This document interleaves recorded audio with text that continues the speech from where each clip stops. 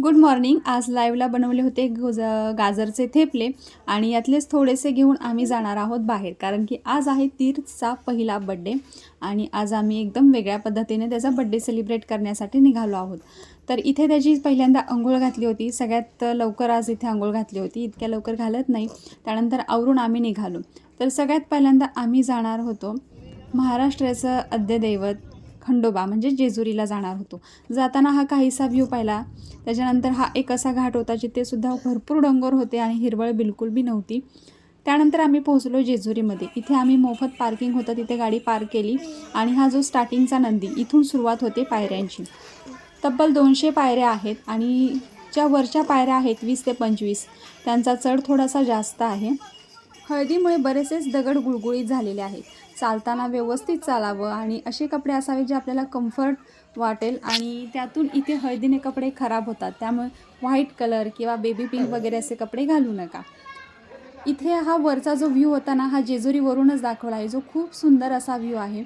आमचा ट्रायपॉड ना गाडीमध्ये राहिल्यामुळे आम्हाला असे व्यवस्थित फोटो काढता आले नाहीत, पण जे काही फोटो असे मग सिंगल काढले ते तुमच्याबरोबर शेअर केलेले आहेत.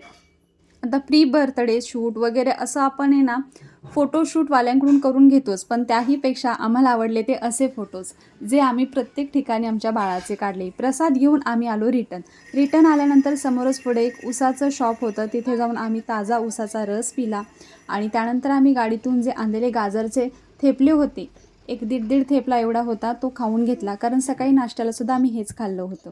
आणि इथून आमची स्वारी आता निघाली होती अष्टविनायकमधील पहिलं मोरगाव मयुरेश्वरला. तर हा तिथे बाजार भरलेला होता. बाजारापासून अपोजिट रोडच्या तिकडे होतं मयुरेश्वर मंदिर. इथे बाळाची पुन्हा कपडे चेंज केली आणि इथे त्याचबरोबर नितीशनंसुद्धा चेंज केलं. हे आहे एक जैन मंदिर ज्याचं काम मला खरंच खूप आवडतं. प्रत्येक जैन मंदिर आहे ना खूप कोरीव आणि सुंदर असतं. मयुरेश्वर मंदिराच्या तिथेही बाळाचे काही कॅन्डिड पिक्स काढले. त्यानंतर आम्ही लाईनमध्ये होतो आणि इथे होतं रुपया चिटकवायचं. तर ॲक्च्युली ना याच्या खाली असं एक जाड लेयर असती, तिथे बरोबर रुपया बसवायचा असतो. खूप वेगळं असं काही गणित नाही. प्रसाद घेतला, दर्शन घेतलं आणि त्याच्यानंतर आम्ही इथेच जवळपास असलेल्या एका हॉटेलमध्ये गेलो.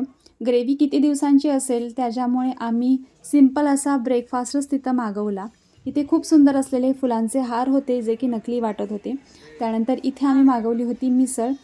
तर इथल्या मिसळची टेस्ट एकदम 0 क्वालिटी आहे आणि इथूनच आम्ही पुढचा प्रवास सुरू केला. पार्ट 2 उद्या येतोय, तो सुद्धा नक्की पहा. बाय.